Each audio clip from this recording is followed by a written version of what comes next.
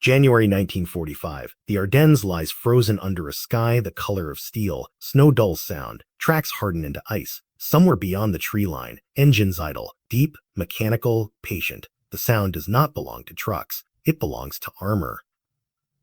A column of German SS Panzer vehicles waits on a narrow road that was never meant to carry them. Steel presses against forest. Exhaust hangs low, mixing with breath. Men in black-edged uniforms check maps stiff, with cold, confident in their markings, certain of the route ahead. At the roadside stands a boy, not a soldier, not armed, too young for a uniform, too old to be invisible. His boots are worn thin, his hands are red from the cold, clenched around nothing at all. He does not look at the tanks directly. He looks past them, toward a bend in the road where the forest tightens and the snow deepens. An officer steps down. A question is asked. A finger points. The boy answers without hesitation. The column begins to move. And with that first grinding turn of steel on ice, Germany's most feared SS Panzer Brigade commits itself, not to a battlefield, but to a mistake that will cost it dearly.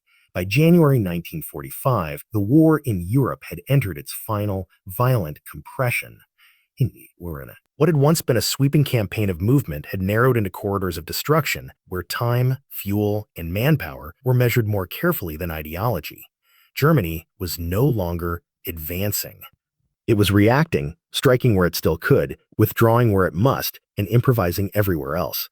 Only weeks earlier, Adolf Hitler had launched one last major offensive in the West. The Ardennes counteroffensive, later called the Battle of the Bulge, was designed to fracture Allied lines, seize Antwerp, and force a negotiated peace. It was a gamble born of desperation. Germany no longer possessed air superiority. Its reserves were thin. Its industrial output was under relentless bombardment, but it still had something the Allies respected and feared. Elite armored formations, led by veterans hardened on the Eastern Front. Among them were the Waffen-SS Panzer units. These formations carried a reputation forged in earlier years of the war. At Kharkov, Kursk, Normandy, they were better equipped than regular army units, often prioritized for new tanks, and commanded by officers promoted for aggression rather than caution. Their doctrine emphasized speed, shock, and relentless pressure. When SS armor appeared, it meant the situation had become critical. Yet by the winter of 1944-45, even these units were shadows of their former strength. Tanks were newer, but fewer. Crews were younger. Training cycles had shortened. Fuel allocations were erratic, sometimes calculated down to individual kilometers. Maps were outdated. Reconnaissance aircraft were scarce or grounded by weather. The fog of war was no longer a metaphor. It was literal, freezing, and constant. The Ardennes itself amplified every weakness. Dense forests swallowed radio signals. Roads were narrow, icy, and easily blocked. Villages were small and indistinct, their signposts often destroyed by shellfire or removed by civilians who understood exactly how dangerous directions could be. In such terrain, even the most powerful armored force depended on accurate local information, and accurate information was becoming rare. As German columns pushed westward in December, they encountered something their doctrine was poorly prepared for: civilians who were neither passive nor predictable. The Ardennes was not empty countryside. It was home. People had lived there through 4 years of occupation. They knew the forests, the back roads, the bridges that could not bear heavy weight. They also knew what SS units meant, not just requisition, but reprisal. Parallel to the military front ran another, quieter war. Networks of resistance, ad hoc and fragmented, passed information in whispers and gestures. Farmers watched movements from barn lofts. Children carried messages because they drew less attention. Teenagers learned to lie with steady eyes because hesitation could mean death. By January, the German offensive had stalled. American and British forces counterattacked from the north and south, threatening to encircle forward SS units. Orders shifted from advance to withdrawal, from ambition to survival. Armored brigades that had been sent forward to break Allied lines were now being redirected to plug gaps, delay pursuers, or escape encirclement. It was in this phase, retreat masked as maneuver, that mistakes became fatal. For SS Panzer commanders, speed was still doctrine. Stopping meant vulnerability. Columns moved at night or in poor weather to avoid Allied air attack. They relied on road junctions, landmarks, and, when maps failed, locals. The assumption was simple and deadly. Fear would guarantee compliance. But fear cuts both ways. In villages battered by shellfire and occupation, trust in German authority had evaporated. Civilians did not see uniforms anymore, they saw consequences. For some, resistance meant sabotage. For others, it meant misdirection, a wrong turn, a delayed column. A bridge crossed too late, and sometimes resistance took the form of a single individual standing at the edge of the road, understanding that one answer, given calmly, could redirect the course of steel. As January 1945 deepened, one such SS Panzer Brigade entered a sector it believed to be weakly held, unaware that the terrain ahead was already watching them, waiting and ready to decide whether they would pass through or be swallowed by the forest itself. The SS Panzer Brigade, moving through the Ardennes in January 1945, was not an improvised unit scraped together from remnants. It was a formation with a name, a lineage, and a reputation that preceded it. Raised during the expansion of the Waffen-SS, it had been shaped by years of hard fighting and ideological conditioning, then reshaped repeatedly by attrition.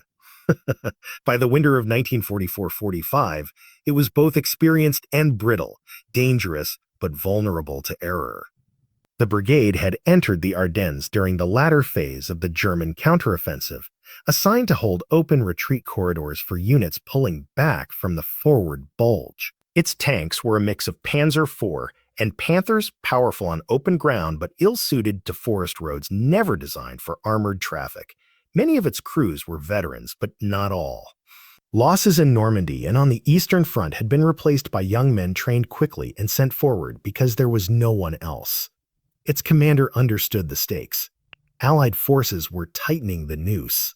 American armored units were advancing with increasing coordination, supported by artillery and, whenever weather allowed, overwhelming air power. The SS Brigade's task was no longer to break through, but to delay, to buy hours, then minutes, then mere moments for other units to escape. Delay operations demanded precision. Every road choice mattered. A wrong turn could strand tanks without fuel. A blocked bridge could trap an entire column. Radio communication, already unreliable in the Ardennes, degraded further under snow-laden trees and rolling terrain. Commanders increasingly relied on visual confirmation and local guidance. It was here that doctrine met reality. German armored doctrine assumed civilian compliance. The SS, in particular, believed fear and authority would secure obedience. But in the Ardennes, fear had fermented into resolve. Civilians had learned that survival did not always come from cooperation. Sometimes it came from subtle defiance that left no fingerprints. The village near the road junction where the SS column paused was small enough to be overlooked on most maps. Its houses were stone, its church spire damaged, its roads worn into shallow grooves by decades of carts and winter runoff. For weeks, Allied and German forces had passed through in both directions. Shelling had erased signage. What remained were landmarks known only to those who lived there. Among them was a boy. He was not a trained resistance fighter in the romantic sense. He carried no weapon, no radio, no coded instructions. His age placed him in a liminal space, old enough to understand danger, young enough to be underestimated. Like many youths in occupied Europe, he had adapted to war not through ideology, but through observation. He had watched columns come and go. He had learned which units asked questions and which did not. He had learned how quickly consequences followed hesitation. On that winter morning, he was on the road for a reason that had nothing to do with heroism, food, family, shelter. War reduced motives to their simplest forms. When the SS column halted and an officer approached, the encounter was not planned. It was imposed. The question was practical, directional, a matter of kilometers and minutes. The officer's map was creased and marked, but it did not reflect the reality of the road network after weeks of fighting. A bridge shown as intact had been damaged. A forest track marked as passable was now a trap of ice and mud. The brigade needed a route that could carry armor quickly, without delay, toward its next defensive position. The boy knew the roads. He also knew which ones narrowed into ravines, which crossed streams swollen under ice, and which ended in dead ground overlooked by higher terrain. He knew where American artillery had been heard the night before. He knew which direction would take the column away from safety and into exposure.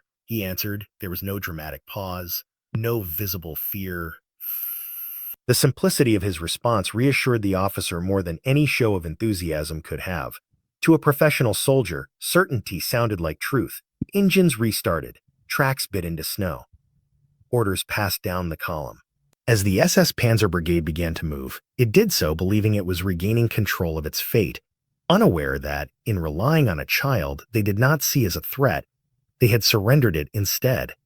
And with that surrender, the conditions were set for a confrontation that would unfold not through firepower alone, but through timing, terrain, and the quiet consequences of a single decision. Angle 1. The human reality war compresses age. By 1945, childhood in occupied Europe had been shortened to its barest essentials. Hunger replaced routine. Fear replaced play. For boys living along contested roads, awareness became instinctive. They learned to recognize unit markings, the difference between a tank and a half-track by sound alone, the meaning of haste in an officer's voice. The boy on the Ardennes road did not act from bravado. His choice emerged from proximity to danger, to consequence, to memory. He had seen what SS units did when they were delayed or challenged. Villages burned not because of resistance, but because of inconvenience. Survival meant anticipation. When the question came, he understood that neutrality was no longer possible. Silence would be interpreted as defiance. Truth would be interpreted as usefulness. Only misdirection carried ambiguity. His youth worked in his favor. To the officer, he represented no agency. He was terrain, another feature of the landscape, like a fence or a tree. That dismissal was not accidental. It was structural.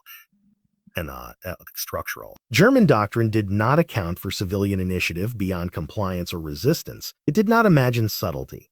The boy's answer cost him nothing in the moment. That, too, was part of its power. There was no visible act to punish, no immediate reason for suspicion. The war allowed him to disappear back into it, anonymous and unremarkable, even as the consequences of his words began to unfold kilometers away. Angle 2. The tactical dependence of armored warfare projects' inevitability. Steel advances. Ground yields. But beneath that image lies dependence. On roads, fuel, coordination, and time. Tanks do not conquer forests by will alone. They require routes that can bear weight, curves that can be negotiated, bridges that can hold. In the Ardennes, that dependence was magnified. Panzer units operated in columns stretched thin along narrow roads. A single disabled vehicle could halt movement for hours. Recovery under fire was nearly impossible. Tactical doctrine emphasized momentum because stopping invited disaster. This made directional decisions disproportionately important. A choice made at a junction could determine whether a column arrived intact or piecemeal. Maps offered guidance, but they could not account for ice, shell craters, blown culverts, or civilian sabotage. Local knowledge became a force multiplier. By trusting that knowledge without verification, the brigade accepted a risk it could not measure. Angle 3. The enemy's blind spot, the Waffen-SS, prided itself on hardness. Its training emphasized aggression, obedience, and ideological clarity.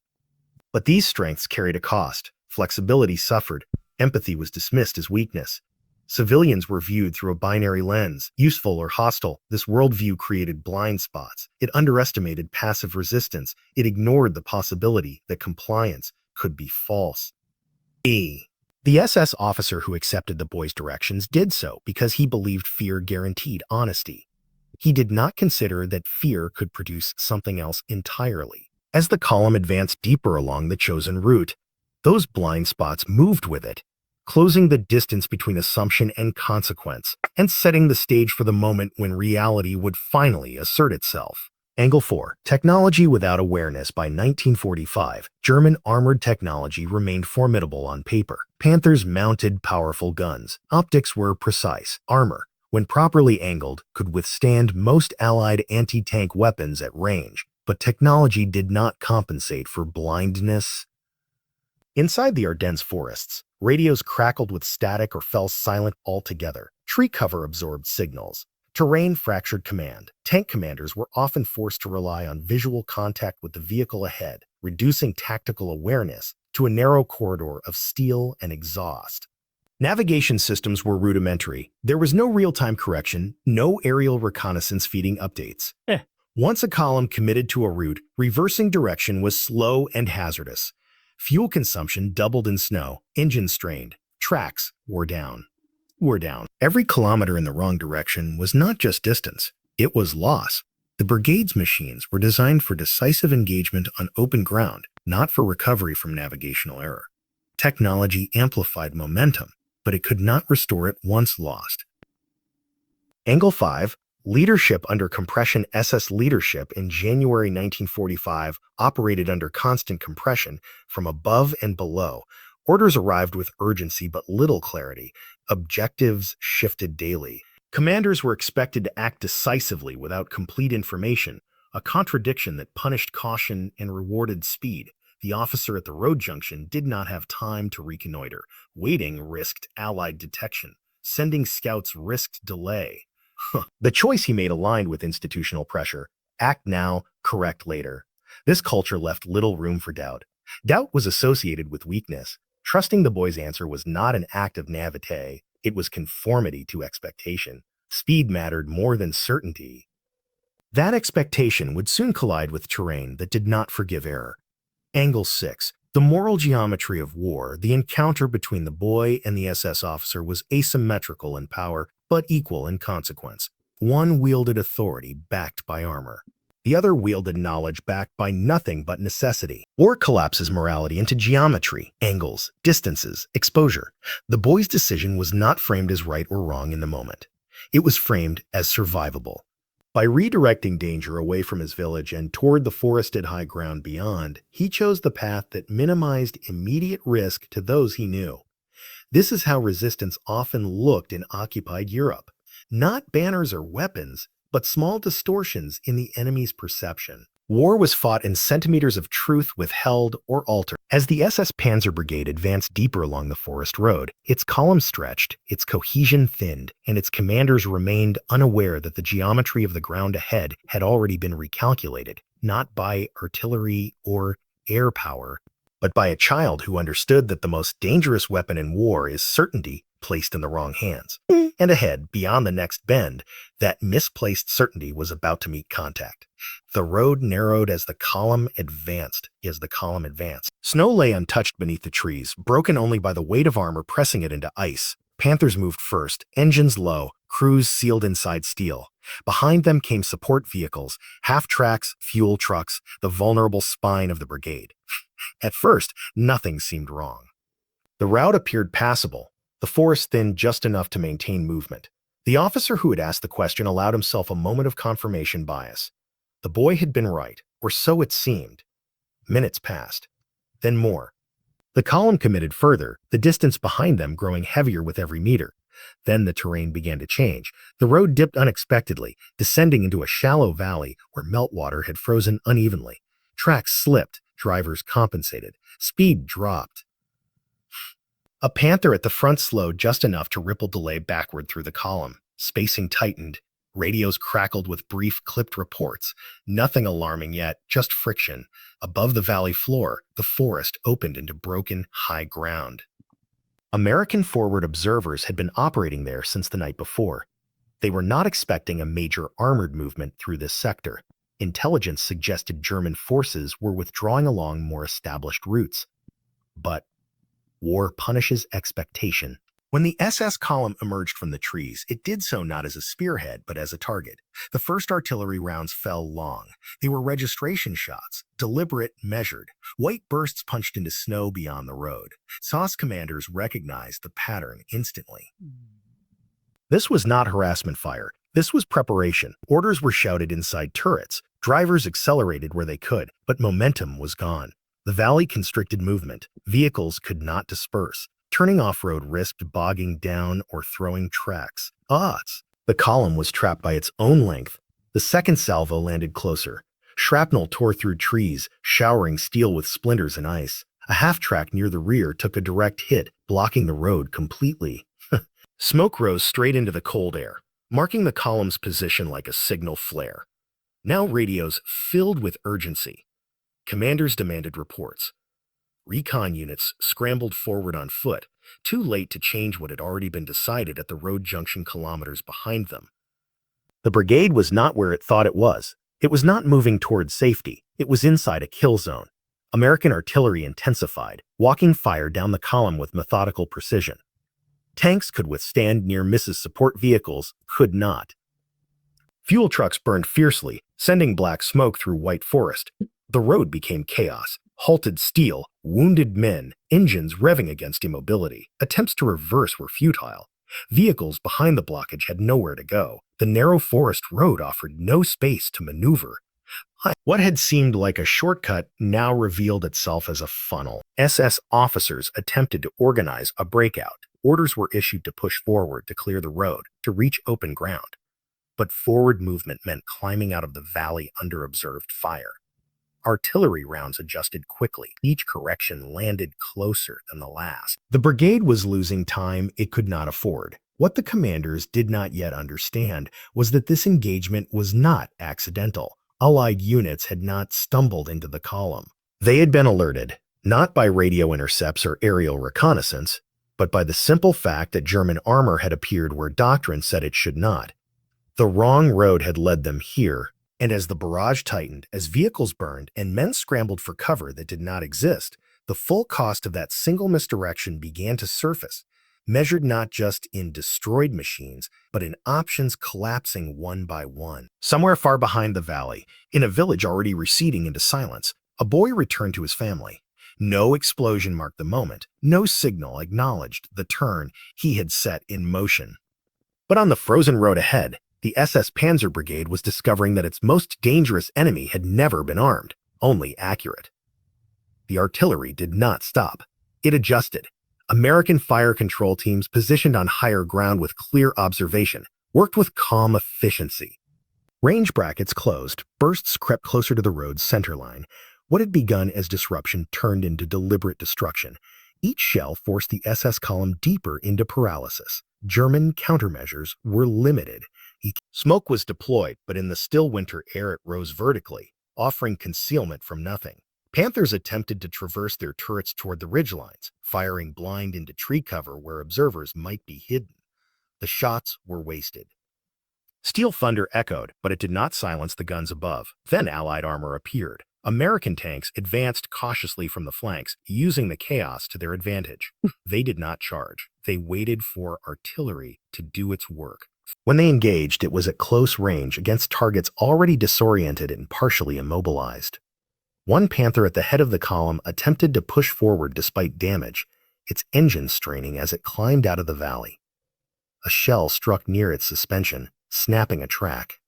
The tank slewed sideways, blocking what little forward path remained. The brigade's spear was broken not by superior armor, but by geometry and timing.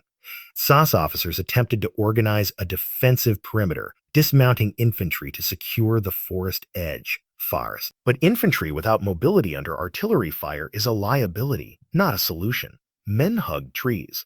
Orders dissolved into survival. Communications up the chain of command became fragmented.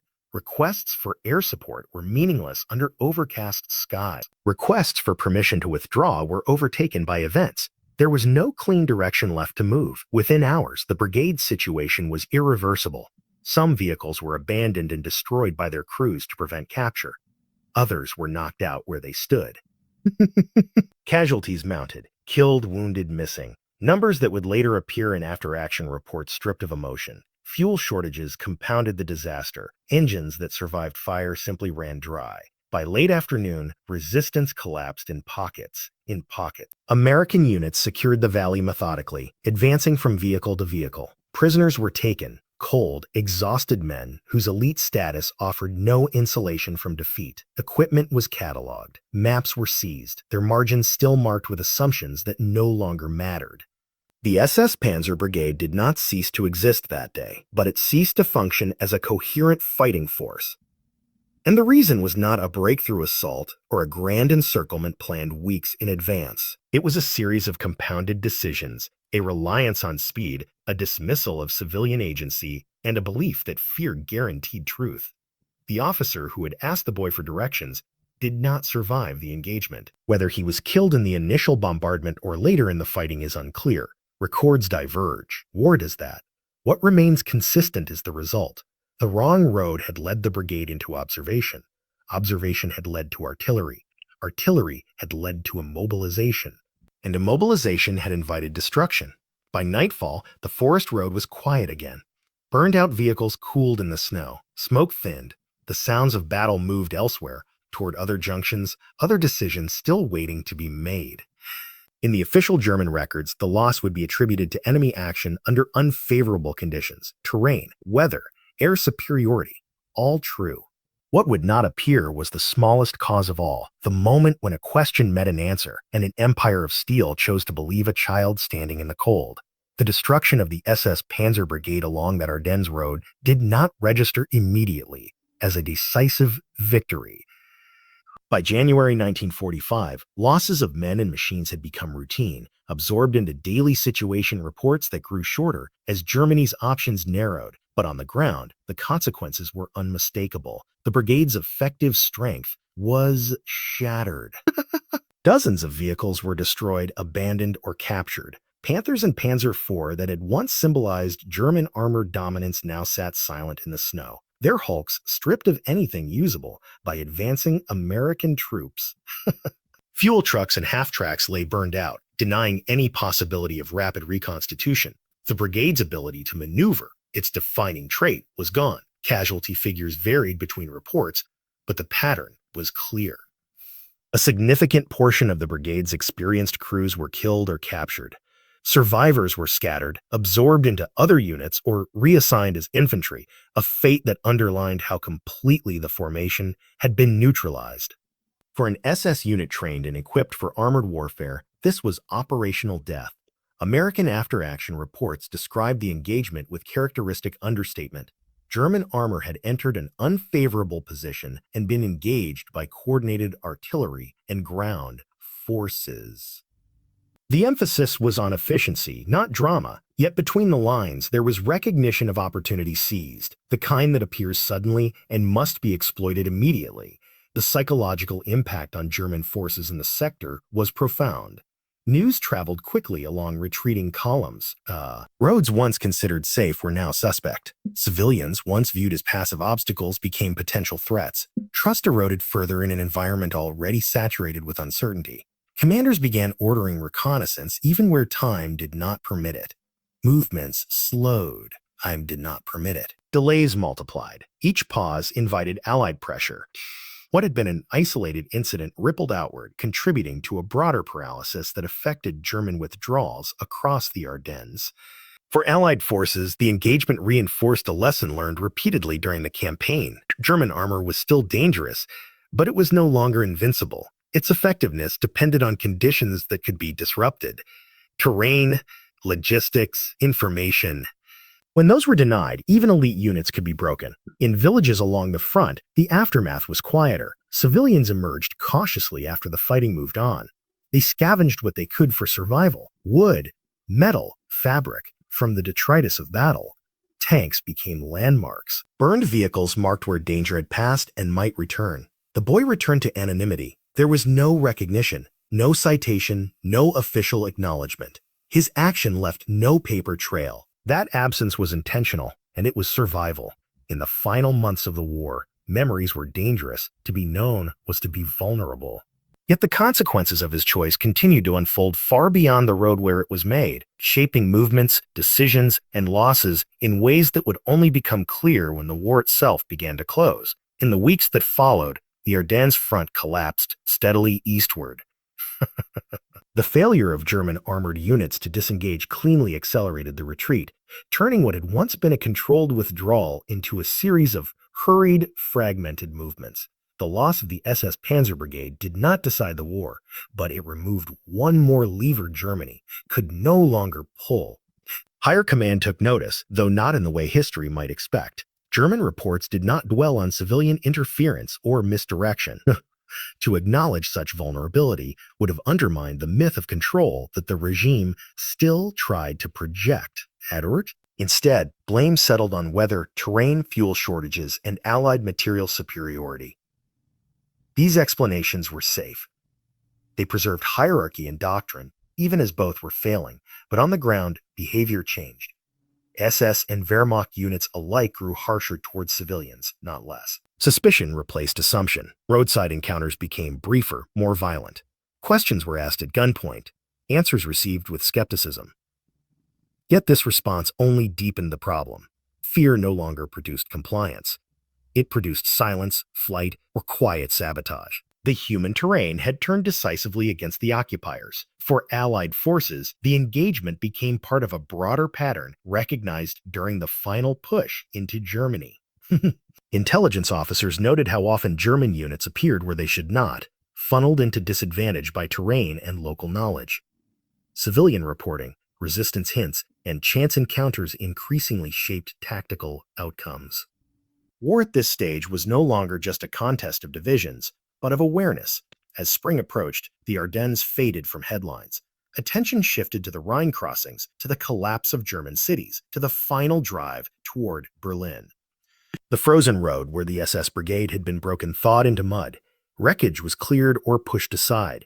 Forests absorbed the scars. The boy grew older. If he spoke of that day, it was likely in fragments, if at all. In post-war Europe, survival often meant silence. And those who had acted quietly during the occupation learned that recognition carried risks, political, social, sometimes mortal. History favored documents and declarations. His contribution had been neither. And yet, long after the war, fragments of the incident surfaced indirectly in American unit histories noting unexpected armored contact, in German loss tables that showed sudden, sharp decline, in local memory that marked a road as unlucky for tanks. What remained undeniable was the outcome. A formation designed to dominate battlefields had been undone without a direct confrontation at the moment of decision. No firefight marked the turning point. No order sealed the fate. The decisive act had occurred earlier, unnoticed, when power asked a question and assumed the answer would serve it. As the war ground toward its conclusion, that assumption failed more and more often, and each failure brought the end closer, one small misjudgment at a time. Wars are remembered for their grand motions, arrows sweeping across maps, armies clashing, cities falling. But they are decided just as often in places too small to name, by people history never intended to notice. In the Ardennes, in the winter of 1945, the most feared symbol of German battlefield power was not defeated by superior armor or overwhelming numbers at the moment of choice, Irod. It was defeated by its own certainty, certainty that steel could substitute for awareness, certainty that fear guaranteed truth, certainty that those without uniforms were irrelevant. The boy on the roadside never commanded a unit. He never fired a weapon. He did not defeat an SS Panzer Brigade by strength or strategy. He did it by understanding something the war had already begun to prove. That power loses its edge the moment it stops listening. Modern warfare prizes technology, speed, and precision. Yet this moment reminds us that war is also a human system, fragile where it pretends not to be. A tank still needs a road. A column still needs direction, and authority still depends on information it cannot always verify. The Waffen-SS entered the Ardennes believing domination was a matter of force. They left it reduced, scattered, and broken, not because they were weak, but because they could no longer control the space between question and answer. The boy's name may never appear in records. That anonymity is part of the truth. Most resistance was not heroic in appearance. It was quiet, calculated, and born of necessity. Its victories were measured not in medals, but in absence. The absence of villages destroyed, the absence of futures erased. When the engines fell silent and the forest reclaimed the road, the war moved on. But the lesson remained, embedded in the wreckage. In the end, empires fall not only to armies, but to the moments when their power depends on a voice they have already learned to ignore.